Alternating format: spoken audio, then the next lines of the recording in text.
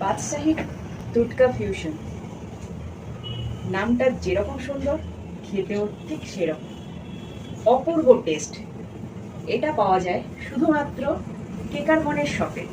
আর এই কেকারমন হচ্ছে house of Ganguram.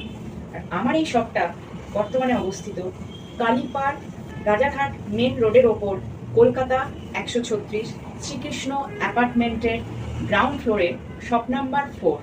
কি আছে এই বাদশাহী টুটকা ফিউশনে? সত্যি এটা ফিউশন।